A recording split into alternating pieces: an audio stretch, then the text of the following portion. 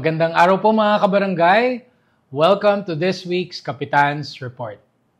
So, kamusta po tayo mga kabarangay? Malapit na matapos ang Marso, no? At Holy Week na next week. So, sana lahat naman po tayo ay okay naman po ang kalagayan, no? Maayos ang ating mga pangangatawan. At sana lahat naman po tayo ay kumbaga ay nairaraos naman, no? Ng maayos itong buwan ng Marso. So ano ho ba ang mga kaganapan sa ating barangay nitong nakaraang linggo? So unang-una po, tuloy-tuloy pa rin po ang ating mga activities sa ating pagdiriwang ng Women's Month dito po sa Barangay San Antonio, no? So again, we are very happy, no, na sa buwan ng Women's Month ay naging bisita natin, no, ang BSA's very own Celina Antonio Reyes, no? So si Miss Celina ang official candidate ng Pasig City sa darating po na Miss Universe, no, sa buwan po ng Mayo.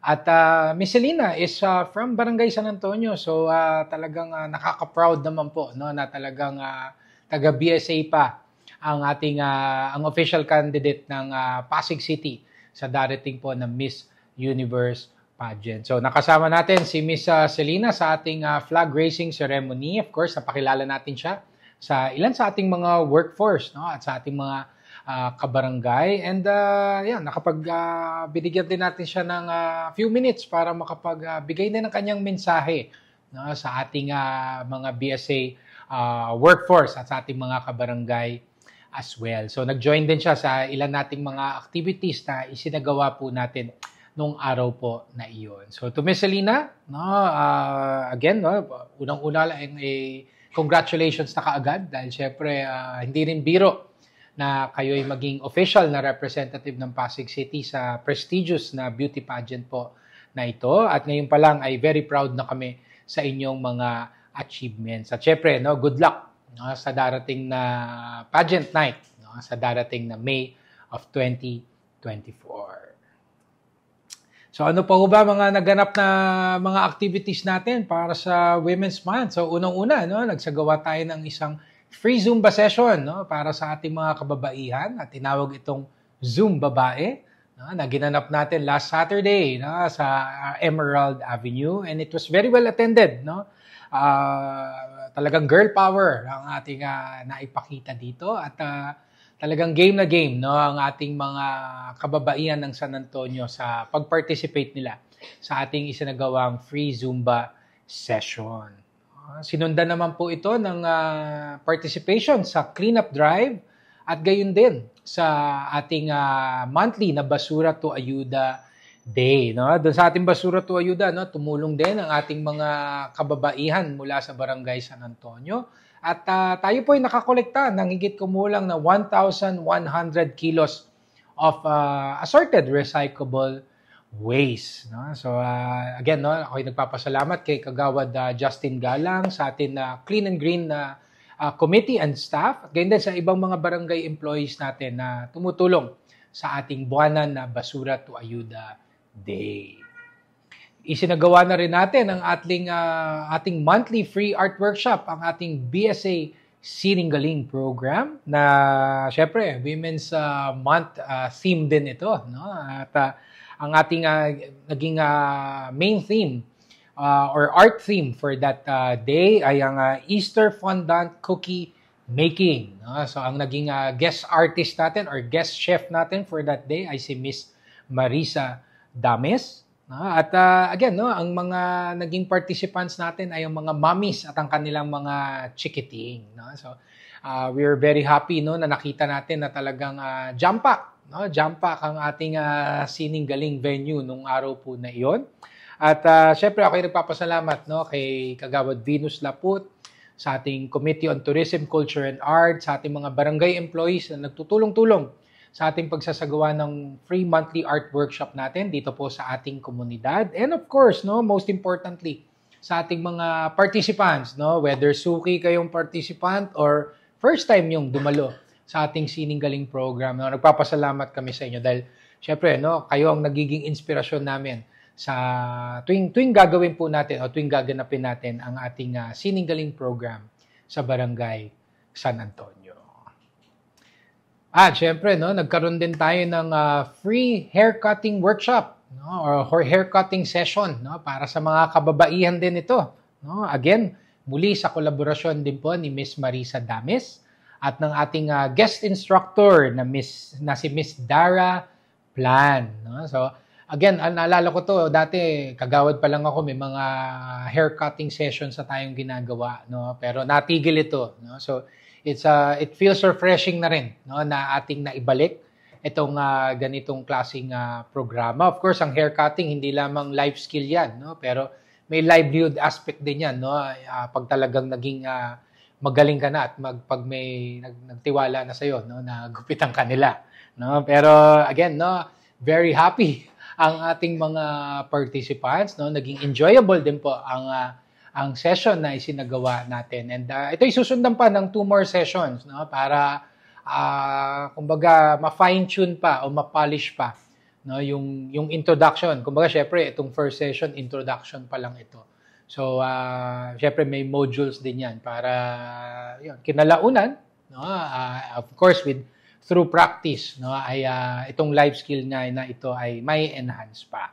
So again, maraming salamat, no, sa ating mga collaborators, no, for this free haircutting workshop.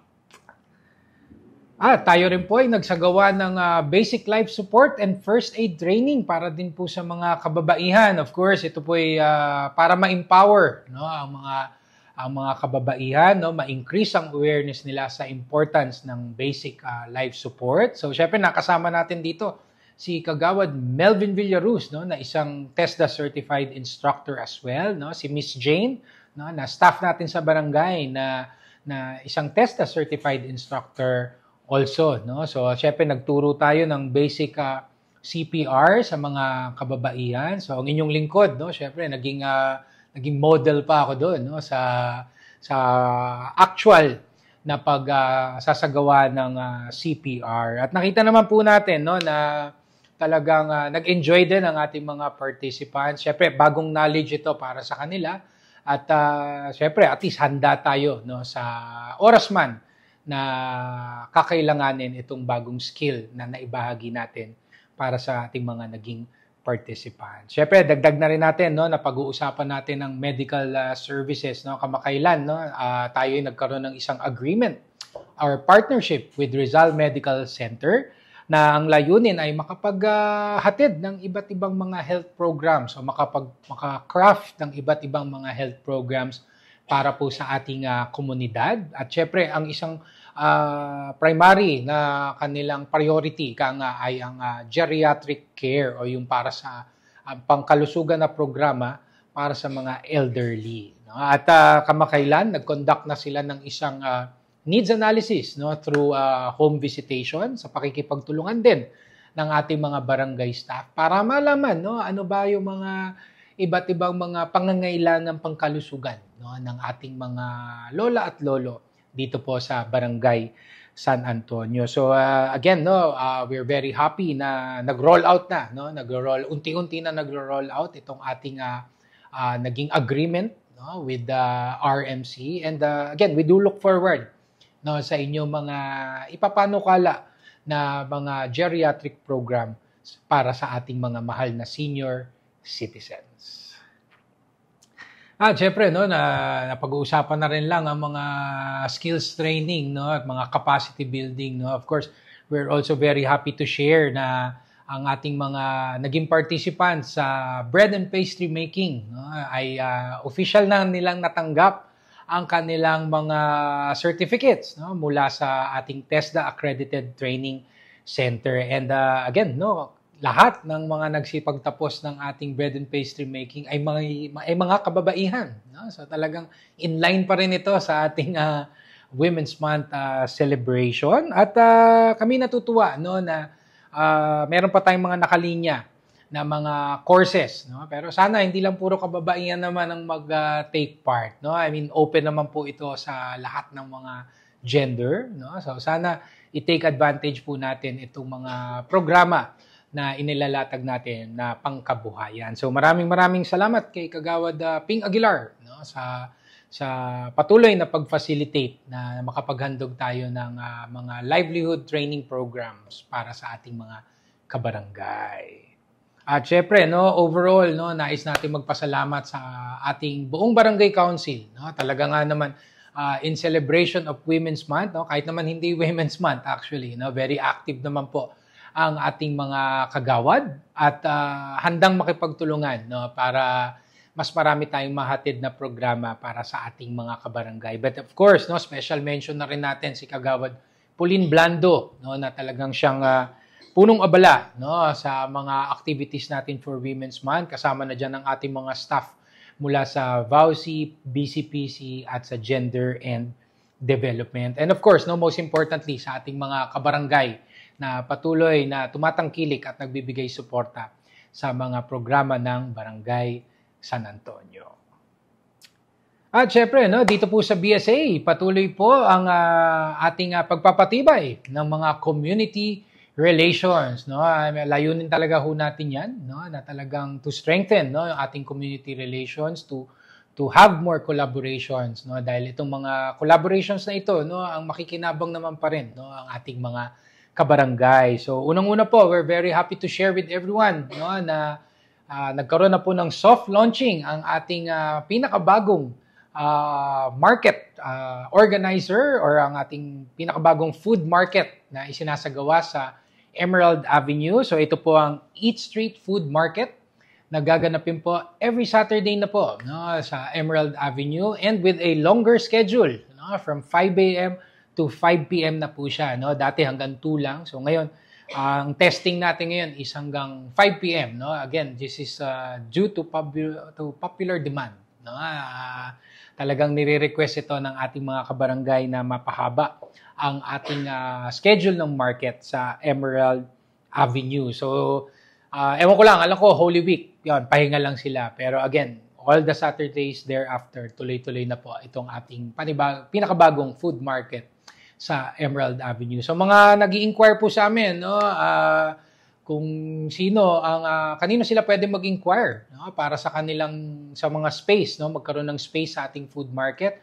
Please do message them sa kanilang official Facebook page, ang Eat Street Food Market, no, para kung paano man kayo magkaroon ng space, no, dito tuwing Sabado. So syempre, no, ako'y nagpapasalamat sa ating mga collaborators, no, kina Sir Gerard of 3G Exhibit, of course, ang Ortigas Center Association Incorporated, ang ating City Government of Pasig. Of course, maraming salamat din sa ating mga vendors, no. Alam ko 'to, mga dating vendors na rin natin 'to, no, with the previous market organizer, and it's good to see them again, no, na tuloy-tuloy ang kanilang paghahatid ng mga masasarap na tibog, no, dito sa ating weekend market. And of course, most importantly, sa ating mga loyal customers, maraming salamat at kami natutuwa din na kayo ay very happy na nagbabalik na ang ating weekend market sa Barangay San Antonio. Siyempre, ang aking pagbati din po sa ABMOSI, sa Association of Building Managers of Ortigas Center Incorporated, sa inyong very successful yet very intimate din na isinagawang fun run nung nakaraang Sunday. At again, no, ang layunin ng fun run na ito ay to increase awareness, no, pagdating sa environmental protection, particular sa Lanuza Creek na bumabaybay dito sa may Pearl Drive, pababa po yan ng Meralco Avenue, Lanuza. So again, no, kami nagpapasalamat sa lahat ng mga nag-participate, no? At again, doon sa mga government agencies na tumulong, no, and private organizations as well. Of course, ang OKAY tumulong din diyan. Ang City Government of Pasig, of course, ang BSA, no, full support din sa activities ng ABMOSI, particular dito po sa fun run po na ito. Of course, maraming salamat din sa ating mga kapitbahay, no, na andun sa Emerald. Di ko alam kung meron man na ingayan po sa inyo, pero again, maraming salamat po sa mga nakiisa, no, sa naisagawa po na fun run po na ito. At syempre, no, nais din po namin iparating ang aming pagbati sa University of Asia and the Pacific sa inyong very successful na golf tournament na isinagawa sa Wakwak Golf and Country Club. No, alam ko to, ang main organizers nito ay mga alumni, no, yung Alumni Association ng University of Asia and the Pacific. At tayo po, no, ang inyong lingkod ay dumalo sa naturang activity po na ito upang magbigay suporta rin, no, syempre hindi lamang sa ating mga dating classmates, no, mga kaibigan natin, kundi pati sa ating alma mater na rin, no, ang University of Asia and the Pacific. So naging reunion po ito, no, nakakatuwa. No, syempre bukod sa mga classmates at mga ang pamunuan syempre ng UANP, nakita din natin ang ating mga active collaborators, no, dito sa Barangay San Antonio. Hindi ko na isa-isahin, no, pero itong mga collaborators na to ay naging very instrumental in the past years, no, na tumutulong sa ating barangay sa paghahatid ng iba't ibang serbisyo, no, para sa ating mga constituents, no. Syempre nakita rin natin doon ang ilan sa ating mga kabarangay, no, mga residents natin, na parang feeling ko nasa BSA pa rin ako, no, dahil nga marami rin sila, no, ng mga kabarangay po natin na umattend din ng event na ito ng UANP. So again, no, sana mas marami pa tayong maging activities na ganito, no. Again, no, this golf tournament was also for a good cause, no. Alam ko may scholarship program na beneficiary, no, main beneficiary din ng golf tournament po na ito. And again, no, at least nagkaroon ng pagkakataon din, no, yung mga stakeholders natin, mga kabarangay natin. Of course, UANP, the only university also in Barangay San Antonio, no, na magkaroon ng isang very fruitful, no, and meaningful na event tulad po nito. So again, ang aking pagpapasalamat, no, sa aking alma mater sa UANP, of course, to all the organizers, at syempre sa lahat po ng sumuporta, no, dito po sa very successful na fundraising event po na ito. At syempre mga kabarangay, no, bilis, no, patapos na ang Marso next week at Holy Week na, no, Holy Week na next week. So again, sa ating mga kabarangay, of course, na mga Katoliko, mga Christians, no, sana ay gamitin natin itong mga ilang araw para makapaghanda po tayo, no, sa ating paggunita ng Holy Week, no, sa taong 2024. Marami tayong pwedeng gawin, no, ng mga activities, no. Syempre unang-una ang outreach, no, charity na pwede natin gawin yan, yung mga corporal works of mercy kung tawagin nga po nila, no. Pagkakataon natin na mai-share din naman ang ating mga blessings. And of course, speaking of sharing of blessings, no, nagpapasalamat din kami sa De La Roca family, no, na mga long-time residents, no, ng Barangay San Antonio na nagsagawa din ng kanilang little charity nila, no, dito sa ating barangay sa pamamagitan ng isang feeding program para sa mga kabataan. At ako'y nagpapasalamat din, no, sa inyong pamilya, gayon din sa ating VAUSI and BSF staff na tumulong din para maging maayos, no, at successful naman ang inyong isinagawang feeding program. Syempre, ako'y nagpapasalamat din sa ating mga proponents na nagsagawa ng ating BSA Pray and Play program, no. Ito po yung ating monthly youth camp, no, na of course layunin nito na mailayo ang kabataan sa masasamang bisyo at magkaroon ng outlet, no, for interaction, no, ang ating mga batang San Antonio. So again, through the collaboration of Bagong Ilog Christian Fellowship, no, ang naging theme ng ating Pray and Play for this month ay ang suffering and death ni Jesus Christ. So ito, kumbaga, talagang tuhog na tuhog sa tema, no, ng Holy Week. So again, no, ako'y nagpapasalamat sa ating SK, no, sa BICF, of course sa BADAC, no, kasama si Kagawad Cynthia Milo, no, sa maayos na pagsasagawa ng ating monthly youth camp na ang BSA Pray and Play. At syempre, no, nakakatuwa rin, nakikita natin na dumarami, no, ang nagpa-participate sa ating Pray and Play program. At lalo na, no, nakikita natin na ang ating mga BSA College Scholars, no, ay very active as well. And syempre, no, speaking of scholars, no, ako'y nais ko lang batiin, no, ang ating BSA scholar na si Freedom, no, na siyang officially, no, nag-graduate na At kasalukuyan, no, actually psychology graduate siya, no, at kasalukuyan siya ay nagre-review na para sa kanyang psychometrician board exams, no. Syempre, alam ko naman papasa ka diyan dahil syempre ikaw ay consistent dean's lister and honor student. But then again, no, pagbutihan pa rin natin ang ating pagre-review para in the end, no, maging licensed psychometrician na kayo. So again, maraming salamat Freedom sa iyong pagpasyal sa aking tanggapan, no, para syempre, no, nakatoga ka pa nung dala-dala mo pa yung toga mo nung nagpunta ka dito. So nakaka-proud din, no, para ako nakapagpatapos ng anak, no. Aking pakiramdam na ganoon. So again, no, good luck sa darating na board exams at alam ko naman that you will ace it, no? So again, good luck and congratulations in advance.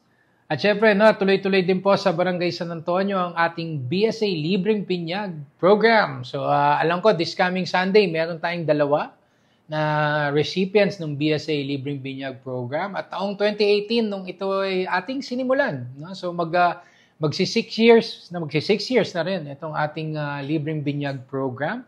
At ako'y nagpapasalamat, no, sa Holy Family Parish sa inyong patuloy na pakikipag-kolaborasyon, no, sa Barangay San Antonio para po sa programang ito. At syempre, maraming salamat din po sa ating mga kabarangay na tumatangkilik nitong ating BSA Libreng Binyag program. At syempre, no, iniimbitahan din natin ang ating mga kabarangay na mag-join din sa mga recollections na isasagawa ng ating Diocese of Pasig at gayon din ang UANP, no, may isasagawa din po silang mga recollection, no, sa paggunita ng Holy Week, no, sa taong 2024. So please do visit their official social media pages, no, para makita po ninyo ang mga schedule nila, no, na isasagawa para sa mga iba't ibang recollections po na ito. Syempre ang ating barangay ay mag-upload din ng ating mga past online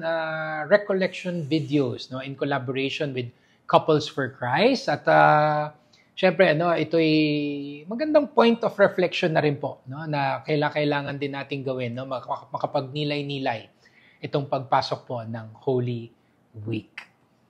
And last but not the least, mga kabarangay, ang aking pag-anyaya po sa inyong lahat to please attend, no, at makiisa sa ating Barangay Assembly 2024, no. Una po ito para sa taong 2024. Ito po ay gaganapin sa March 26, Tuesday, no, at 8 a.m. Alam ko, Holy Tuesday na ito, pero huling hirit, no, bago yung very long weekend po na ito. So again, ang Barangay Assembly ay mandato po sa all 42,000 barangays ng ating bansa na magsagawa ng Barangay Assembly, which is yung kung saan ilalahad ang estado ng barangay, overall state of the barangay, of course, financial status ng ating barangay, at syempre, ang mga naging accomplishments ng ating barangay in the past month. So, of course, iniimbitahan namin ang lahat, no? At gagawin natin ito face-to-face. However, no, magkakaroon naman tayo ng Facebook Live naman na airing po nito sa mga hindi makakapunta physically. So again, no, looking forward po kami dito. Of course, may hinanda na very nice presentation ng ating Barangay Council para maiulat po natin ang ating mga accomplishments in the last months, no, magmula nung nagsimula ang ating term, no, itong term na ito, no, yung second term po natin nung November nung nakaraang taon. So magkita-kita po tayo sa Tuesday, mga kabarangay, para sa ating first Barangay Assembly for the year 2024. And of course, mga kabarangay, ang aking patuloy na pag-anyaya po sa inyong lahat to please like and follow our official Facebook pages. Please join, please subscribe to our YouTube channel. Please join our Viber community group, and please do regularly visit our official website, sanantonio.pasigcity.gov.ph, para lagi po tayong updated, no, sa ating mga kaganapan, no, dito po sa ating barangay. So syempre, no, yung Barangay Assembly, yun na po ang report natin for next week, no. So pahinga po muna tayo sa Kapitan's Report next week, and magre-resume na lang po tayo sometime in April, no. So abangan nyo rin po ang pagbabalik ng ating Kapitan's Report sa ating mga social media pages. So again, ang aking pagpapasalamat po sa ating mga katuwang sa pagsaserbisyo, ang ating barangay employees, the barangay council, the SK Council, our social media team, of course, sa ating mga collaborators, mga donors natin, mga benefactors sa walang sawang tulong ninyo sa Barangay San Antonio.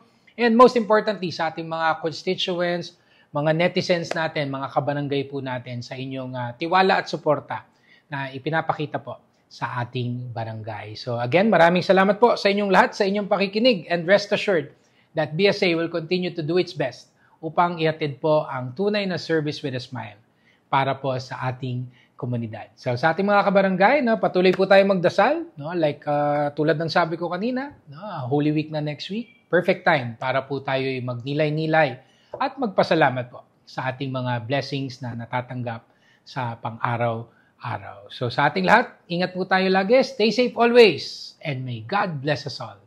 Thank you.